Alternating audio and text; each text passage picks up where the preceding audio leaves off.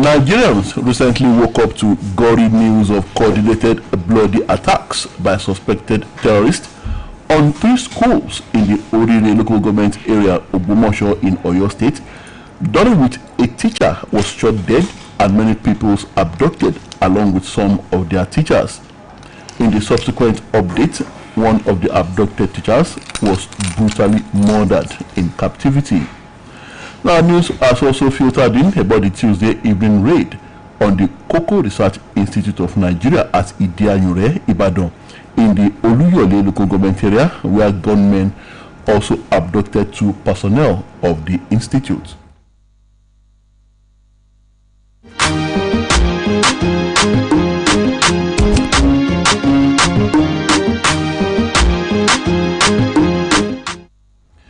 Now, while it is sadly not strange or unusual for such gory incidents to occur in our dear country in recent years, particularly in the terrorist and insurgency-ravaged troubled parts of northern Nigeria, what is worrisome is the nagging fear that the perpetrators of these heinous acts may be spreading their evil tentacles towards southwest Nigeria. Also, Searchlight on Oluyole 98.5 FM this afternoon will be examining the validity of these fears as we discuss the topic, looming terrorism threat in southwest Nigeria. Yes, that's the topic on Searchlight this afternoon, looming terrorism threat in southwest Nigeria. My guest on the program this afternoon is a public affairs analyst, a member of the nation's political class who has served as a member of the Federal House of Representatives, Honorable Kayode Busari. You are welcome to Searchlight, sir. Good afternoon, our listener at home. It's always so good to see you, Honorable Kayode Busari. We thank God. Searchlight is our regular Thursday afternoon current affairs discussion program where we discuss topical issues affecting our dear country, our nation, and our world. My name is Tola Teriba, your anchor on the program.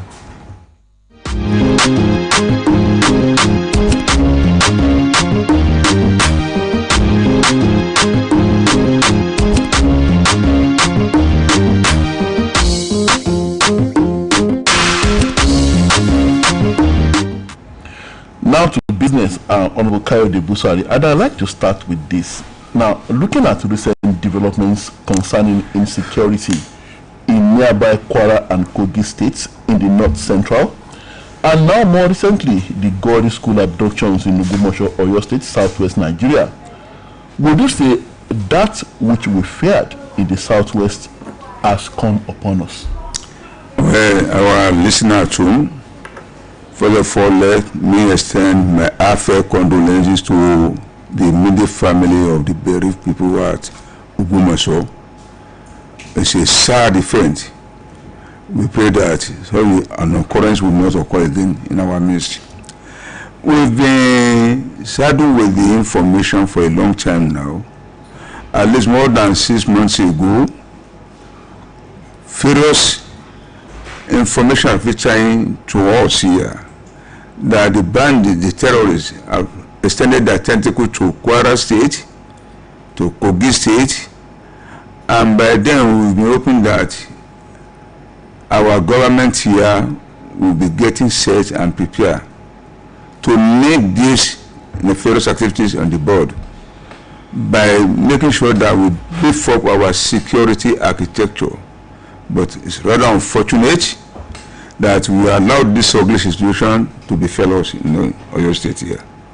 And it's not too late now. We have to buckle up so that it doesn't extend to Ogun State, to Lagos State. It's already in part of Osun. It's already in Kwara, Kogi, now in Oyo State. Just today, another incident occurred at Abanadia, at Crane area. And possibly, we don't know how many victims that we are there. It was actually on Tuesday evening. Around 6 p.m. It's unfortunate. One we expect that at our end here we become more proactive. It's unfortunate. I remember as far back as July last year, our visionary governor here, Engineer Seyi Makinde, told us that they've purchased some drone for security purposes that got billions of naira. As we are talking this afternoon, I don't think we have any drone with us. Well, the governor actually mentioned it recently. He said that according to him, he said the surveillance aircraft will soon be delivered. I think he said something about the fact that they are being assembled as we speak. Since last year, July. And will be. And this is May. Well, 10 months ago. Well, and they've paid 1 and something billion naira. Well, the paper it's very unfortunate. Look at another ugly situation. It's just this morning that the governor was signing the executive for the one. I'm telling you, yesterday evening, all right. All those people in operation, what do we call it? The Amatekun squad and so on like that. From the reliable information at our single TPR, they don't have a formal scale of salary. Not to talk of having any ammunition. You expect these people to go and confront bandits that were well equipped with sophisticated arms. It shows that the security of our people here doesn't matter to those people at the end of affair. Well, you don't want to blame the fact that Amotekun is poorly armed on the state authorities. That is the making of the federal government. Does Amotekun belong to federal? They relate to the my brother. Because of the arms they allow them to carry. They net Arakunrin Akeredolu for say all this. They were not carrying sophisticated weapons under Arakunrin Akeredolu. They were not, but the man foresaw that look, if we don't take care, these people will infiltrate southwest, and by the time they do that, we might find it difficult to curtail it. I dare say that Governor Seyi Makinde, after the late Rotimi Akeredolu, after Ondo State under Arakunrin Rotimi Akeredolu, yes, is the one that has invested the more in Amotekun. How do we prove that now? Do they arm Amotekun? Do they give them a formal salary structure? Were they well armed? Okay, how many of them on ground? It was just yesterday that the governor was signing an executive order on this thing to regulate the activities of the actors in security. So it's when the event has now occurred that they now wake up to their responsibility. Now, I'm not just talking about Oyo State and what has happened here. Now, did we all in the Southwest, traditional rulers, the political leadership, and the ordinary masses, did we all do enough to see that this did not happen? It looks like everyone sat back and saw it as the problem of a particular part of the country, and we erroneously all assumed we were insulated and that it would never come to us. It's rather unfortunate. All of us have to wake up. We have to embrace the fact that security issue is everybody's business. All the community, all the landlord, tenant association, all the neighborhoods, the magajis, the KBAC, mention them. This is now time for us to organize ourselves into an active body that will be doing proper surveillance in our various neighborhood. But these people, they've now become more mobile. The terrorists, the bandits, they are now more mobile. They are becoming more sophisticated, and we are here sitting down and continue to employ them as our megad. That's the irony of it. Wow. So easily they monitor what is happening in our own environment, and they feed those people that matter to them the necessary information to penetrate our needs. We should all wake up now. Every one of us should embrace the fact that security issue is everybody's business. So our local hunters should be more empowered, should be formed into a more active body. Probably governments will look into how to get them organized more place them on certain remuneration to encourage them doing their work. So our KBCs, our baales, our magajis, this is time for us to wake up and be more active and be at alert that this thing is already with us here and now. Well, because already it's with us. And look at our forest reserves all over the place. We should take adequate step now to man all these forests. Forest guard, Amatekun, local hunter, etc., etc. The police, army, mention them. We have to deploy more and more of our men and ammunition into our forest reserve areas. We shouldn't allow those forests to just be there as if it doesn't care. It doesn't. It's not anybody's business. It is all our business. Unfortunately, look at your part, for instance. It belongs to the federal government, and I don't think federal government is doing enough to man that forest. This time now, for our own government here to liaise effectively with the federal government to adequately man Oyo Park. You will recollect that some months back, some bandits attacked the forest guard at Oyo Park. That incident. Now, this and that incident now. And if care is not taken, before the end of this month, God forbid we don't hear any bad things again. But it's not far-fetched. We should be more proactive to man our forest. Now, the challenge of insecurity and the escalation of terrorism, insurgency, kidnapping for ransom, and other violent crimes in that league did not just begin now in our dear country. It was there even when you and your other colleagues from Southwest Nigeria were at the National Assembly. So, did you see this stormy insecurity whirlwind gathering and heading for the Southwest even at that time? And why did you not raise the necessary alarm to urge the Southwest socio-cultural and political leadership towards necessary proactive action? We did. And because we are on here, there are certain information that we're supposed not to go on here. We were well informed at the appropriate time that we should be more at alert. The whole thing escalated by the desire of certain elements to host President Goodluck Jonathan from power. Okay.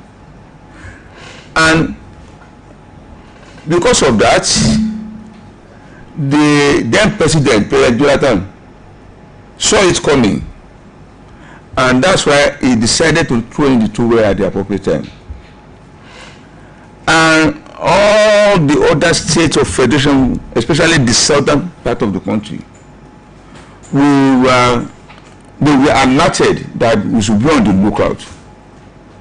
And that from part of decision of Arakunrin Akeredolu, part of the information that featured them to them, make Arakunrin Akeredolu spearheaded the formation of Amotekun then. You will realize that the Amotekun dated back to around 2015 or so, or 2015. It's only that our leaders here, those items of affair here, they are not more proactive in nipping the spreading of banditry, terrorism down here. Secondly, I want to say that the issue of banditry, terrorism, and some other things, they are of threefold. Is economical, political. If you look at the trend of defense, all these banditry activities, most of them were centered in the mineral resources prone area. In an attempt to extract mineral resources from certain area, they sent in the bandits, they sent the terrorists to divert the attention of member of public from the real agenda. The real agenda then was to extract our mineral resources illegally Then the second aspect is political. And unfortunately, these two have to go hand in hand. Except we have a more courageous and forward-looking leader that will be ready to sacrifice everything to name this activity on the board. Let me take you to one or two instances. At the beginning of this SS, whenever they capture any of these Boko Haram insurgent members, they will tell you they are being pardoned. Not only pardoned, they will draft them into our armed forces, which is highly dangerous. The military has been denying that. The military has been denying that, but we are reading on daily basis in the pages of newspaper. And besides that, how many of them are being convicted by the court of law? Can you name how many? All right, so we can tell you so number have been convicted during that period. Nothing like that. Part of the solution to the problem at hand now is to come up with a more drastic legislative action.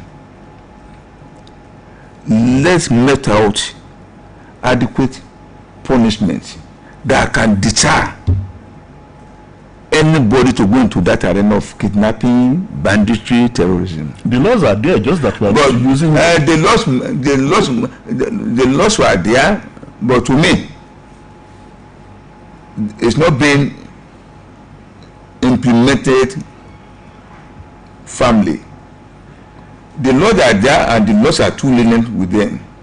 Let me call you back. Let's go back to the memory lane. In the 70s, when the armed robbery incident was started, you remember armed robbery incidents? They were popular names. The Oluyole and some other things like that. Oluyole and some other things like that. You know, military came up with an edit. You find guilty, you are trying to stay there, and you are shot. A good number of men were sent to the great beyond through firing squad. I don't say anything wrong by bringing up such legislation again against the activities of banditry, terrorism, and kidnapping. Not only that, any one of them will court, make sure they were adequately punished in their domain, in front of their houses.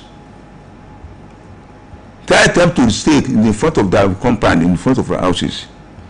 We don't think that's a little. It's not that we're laughing where we read. You cure madness with madness antidote. You say it's too harsh. People are there, all right. In the broad daylight, you slaughter a man like a ram. And you say we should not be more firm in meting out drastic measures against all these people. Busari, you mentioned politics. Now, coming down to the incidents in Oyo State, do you also think politics could be involved? I mean, politics at high levels, even beyond Oyo State, considering the timing of the Ogbomoso incident? Ogbomoso incident could not be political. Okay. I don't see it as being political. It's a pure act of terrorism. And by the time our operative were unable to unravel one or two things, it might be tied to the extraction of mineral resources. Ogbomoso incident is not political. Okay. So if we are talking about well, as you are suggesting now, mineral resources that may be available within that area or in close proximity to that area, how much of local collaboration do you suspect? I mean, collaboration on the inside.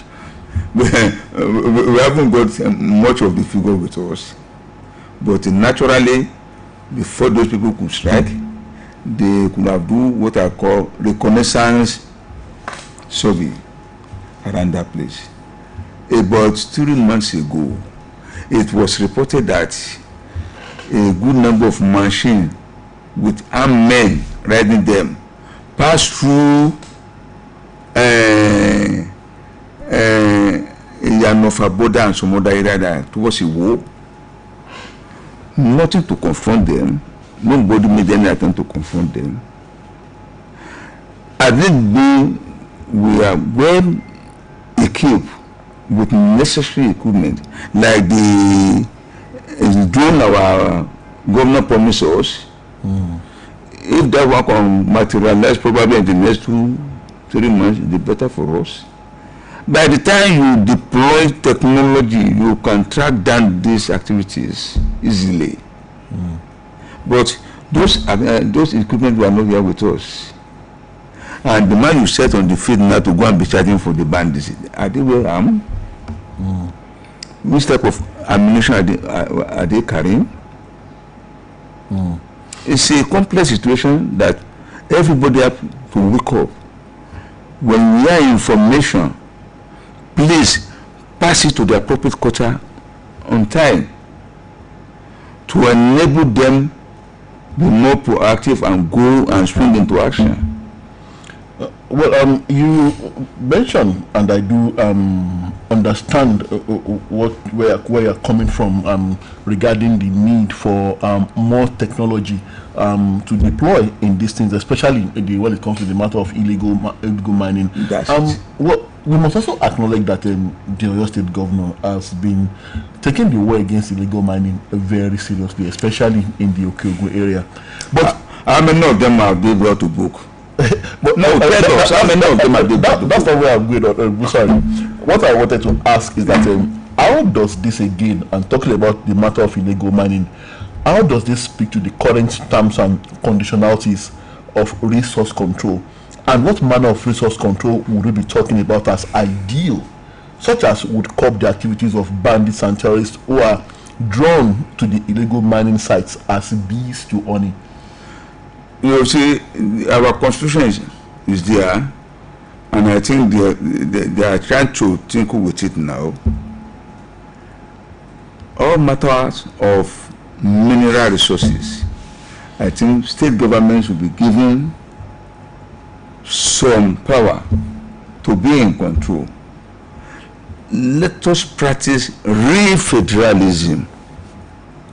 Let states control their various resources. Let's contribute to the center. How would that drive away the bandits? It will, because they are within your domain, and you have that exclusive power to deal with them. Right now, it's the federal government that gives you license out. Isn't it? So you, as the government, you want to deal with them, they will show you a license. That doesn't pass through you. That doesn't pass through your table. But by the time the state is controlling that one, they will know who is who have been allotted that place. Bandits don't carry licenses; they carry guns. Because those that are using them, they are carrying license. Oh, okay. Yeah, they are sponsors. I get what they are sponsors. They are carrying license.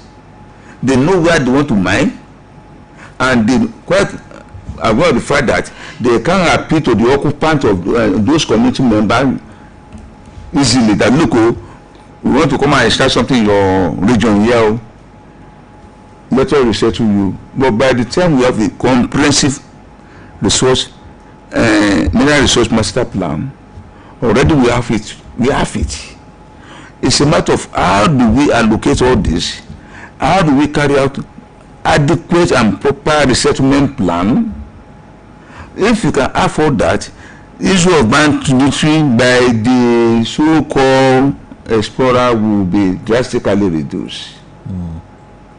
Don't you think the ballets and heads of those host communities could also be a problem if they are compromising? There won't be a problem the moment we co-opt them in. That's why I'm advocating for an agenda that will empower the governors to oversee most of this area. The government in turn, I'm sure, will try to empower the KBACs, the ballets, the magajis. They co-opt them into that agenda, so as to make sure they don't just bastardize our environment. You just extract and you abandon the environment. Go and look at the Jaws mining site there. All over the place here in Oluyole there. Nothing is being done to rehabilitate those environments. The people living within that environment are not benefiting anything from the miners. Though state government might be benefiting in terms of some collection of some tax, but it's not enough. It's not enough. We should actually go down, practice real federalism, give state certain power. The whole thing is messed up. Look at the situation here now. You say our governor here now on seat is the security officer, yet he cannot control the commissioner of police. Is that not unfortunate? He can't control commissioner of police. The CP listens to Abuja. They have to listen to Abuja. So we have to go and get all this approval before we can pursue the bandits. We have to sit down and rearrange things, let things flow. Let the moment the election is over, let's sit down, do some serious thinking on how to realign our country. Well, the program is Searchlight on Oluyole 98.5 FM, and we are discussing looming terrorist threat in southwest Nigeria. My guest is a public affairs analyst. He is a member of the nation's political class and he's been to the House of Representatives, a former member of the Federal House of Representatives, Honorable Kayode Busari. Now, the number to call, we welcome your questions and contributions on the program this afternoon. The number to call is 070-5555-1985. 070-5555-1985. We welcome your questions and contributions on the program. Searchlight this afternoon. Now, Honorable Kayode Busari, you are a politician and you've been to the Federal House of Representatives, so you must have been privy to certain classified facts that may not be open to the vast majority of Nigerians. So I want to ask you, terrorist foot soldiers are often apprehended or neutralized in the war against terror. But why is it so difficult to apprehend the sponsors and the financiers? Why do we keep cutting the head of a venomous snake that will just grow back? What are the political undercurrents from what you saw as a House of Reps member? It's a chain. And information, directive, passing on from one hand to the other. By the time it goes to end user, the end user won't know the man at the top. Most of them don't know the man at the top. It's like when you see them collecting so many millions, displaying it, at the end of the day, when you look at them, you will be able to conclude within your mind that this one that I'm looking at, they doesn't look like somebody that will boast of 100,000, 200,000 naira in his account. Because some people, they keep them up. Those people that keep them up, they don't normally have access to them. It's instruction from A to B, B, C, by the time you get to Z, Z doesn't know who is that, even C or A or B. It's like a cartel. Like a cartel. So to disband them, you need a more serious minded person that is bold enough to implement certain law. By the time we start to implement more drastic law, people will think twice before they take unnecessary and irrational directive from unknown space. Elements. Now, you've spoken a bit about Amotekun when we started this program, but I want your current overall assessment of that security outfit, the Southwest Security Outfit Amotekun, and its capability to play that significant role in securing the Southwest from external marauders in line with its establishment mandate. Well, it's not too late. Maybe with what is happening now and the reality on the ground now that is facing us squarely, probably our leaders, our governors across the geopolitical zone, our government will have to sit down, farm out, and make sure they recruit, train, equip, and the remuneration of this personnel matters a lot. They, as a matter of fact, they should not be tied down to civil service structure. It's a matter of life and death. They should be well remunerated. They should be well taken care of. And don't forget, we have culture, we have custom. In fact, our local hunters, there are things that they can use that can cope all these nefarious activities. I was watching a community around Niger State zone. You know, the local people there, you know what they used to confront the bandits? The honeybee. Oh. Agman, honeybee. They want to select. Interesting. All the so man. They refuse to pass through that community again. That's why I say we have our culture here, we have our custom here. Talk to our bandits, talk to our mangadis, talk to our KBCs. They should go back to the root. Okay. You might be young with them, but we know it happened. They are Bekoya crisis. Though you may not witness it, but you fear about it. Of course. So, there are things those people use them. They successfully repair the armed forces men, they repair the police. Those materials are still there that we can use to repair all these unwanted elements. But fine, you have spoken well, Honorable Busari, but it begins to worry me when the real state actors who carry all the instrumentalities of science and technology are unable to fight these people, to match them with the same level of firepower, and we now have to resort to what the Igbos would call Otumobo. You say one thing, we can use technology to confront these people, to confront this ongoing now, and we can equally use our local chapter, how do I call it? Our local science is there. Yes, we call it local science. Let's call it local science. Is there. We have it. It's only you don't know where and where you can get this, but I know we have it. A community use honeybee to confront bandits. Busari, you seem to know where we can get it. I know. You are not asking me here to take it where you can get it, but you know it's alive. You know it's there. Even when it gets to the peak period at Obumaso, some that have the power that can be used to recall all these people back home, they've already embarked on it, and I think it's going to work for them. During the Civil War, we have some of our commanders there, and some of them are still alive here now.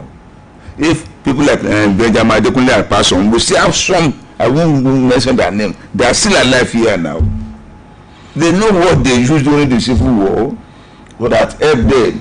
Well, actually, we heard albeit unconfirmed stories about the efforts to secure the release of those people still in captivity in Ogbomoso, and that it is what you are talking about, the local hunters working in collaboration. They are working in collaboration. Seriously, they are. I'm sure by the grace of Almighty Allah, before the end of this week, we'll be hearing positive results from Ogbomoso assist. And we heard that those people that have been rescued with the power of native science that you are talking about, but then it was when maybe the kidnappers saw that they were in trouble. That was when they decided, unfortunately, to slaughter that man, that innocent man, the way they did. Well, like I said, it is unconfirmed. That is what is filtering. It's unfortunate. It's unfortunate. It's unfortunate. So, but on a more serious note, let us address the security issue with full seriousness that it deserves.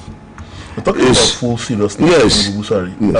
Some people are saying, some Nigerians think that the executive arm of government and the National Assembly are carrying too much on the implementation of state police. Or do you think there's a part of the country that is not too comfortable with state police? We have some part of the country that is not too comfortable with the state police. Even not only a part of country, those of us that witnessed what happened in the 60s, we are scared about state police because we know what state police, how a non-God-fearing governor can misuse them once they have state police. But as a person, I would rather recommend community policing. What? Community policing instead of local government or state police. It sounds community policing will get down to the grassroots. Okay, and the command chains will not be the sole affair of Mr. Governor. And the finance will readily come from local government funding. Unfortunately, you could see now, most of our local government are not active. Most of our governments are not happy with the local government. They don't want it to survive. They don't want it to come on board. Despite the law. Autonomy. So that is why we're having more and more problem on daily basis. We have to do with less greed. After all, we are not taking this money away from this side. No matter the level of accumulation you might embark on, is the 6 feet that will see the end of every one of us. We should be less greedy. We should be more compassionate and look after the welfare of common man. But still on state police, you expressed your fears about the probability that the governors might want to they will hijack it. Is definite. Most of the government will hijack it. But then Busari, the Amotekun template, is that not it's not state police, because I know, but you see Amotekun purposely created to confront the insecurity among us. When you say police, it deals with both good elements in our society and the bad element. Police interact with you and me. They're supposed to be our friend. Okay? And their creation is for the generality of people to maintain law and order. But the Amotekun is purposely created to confront kidnapping, banditry, terrorism. They have their own area of operation where they can easily operate. It's like when we talk of forest guard, you need forest guard, you need mineral resources guard, and they know where they can operate. They are to operate at a certain level within our environment. The Southwest governors could have hijacked Amotekun if they wanted to. That has not happened. You see, Amotekun is purposely created for a purpose. It's a vehicle to attack a particular purpose, to curb the banditry, to curb the level of kidnapping, terrorism. And their area of operation is well defined. Unlike police have the power of arrest, detain, surveillance, and some other things like that. Amotekun just come here and say, I want to charge your house. It, you know, its boundary, its area of operation is there, well defined. So when we talk of police, there are two. You know, I was talking about community policing. Because if we introduce more of community policing, we know ourselves. In the community, you know yourself. You know who you can call up when something goes wrong. It will permit to the real grassroots. During the First Republic, we know what the political class used the state local government police for. That is what is deterring some of the elderly person and some part of the country that we don't want to embrace this so-called local government police or state police. As we wind down, very briefly, Honorable Busari, I want to ask, there are people who have suggested that we should encourage, talking about restructuring now, that to solve this problem of insecurity, that is this insurgency, terrorism and banditry that seems to be coming to us in the southwest now, that the best thing would be to promote an agenda that would encourage self-determination among the individual ethnic nationalities or among the separate regions. What manner in other word, we are talking about restructuring. What manner of restructuring are we talking? What manner of restructuring that will end this problem? That will end this problem. You see, restructuring, do this, do that. All you need to do is to practice federalism as it ought to be practiced. Nigeria federalism is not being practiced, has been laid down. All you need to do is to think out with our constitution. See certain power. Like now, you are talking of education, health, and so on and that. When you come to the power sector, see the power to states to generate their own power. Railway system, transportation, see the powerhouse. Look at that exclusive list and concurrent list. Let's think with them. Let states contribute to the federal, to the center. Don't let us go to the center and be distributing money. Let's generate our own resources, manage our own resources within our own domain, then pay tax to federal government. So federal government don't just sit down on everything. All the minerals under the soil, all over the federal belong to the federal government. Strong. All right, been an interesting time on Searchlight, our Thursday afternoon current affairs program on Oluyole 98.5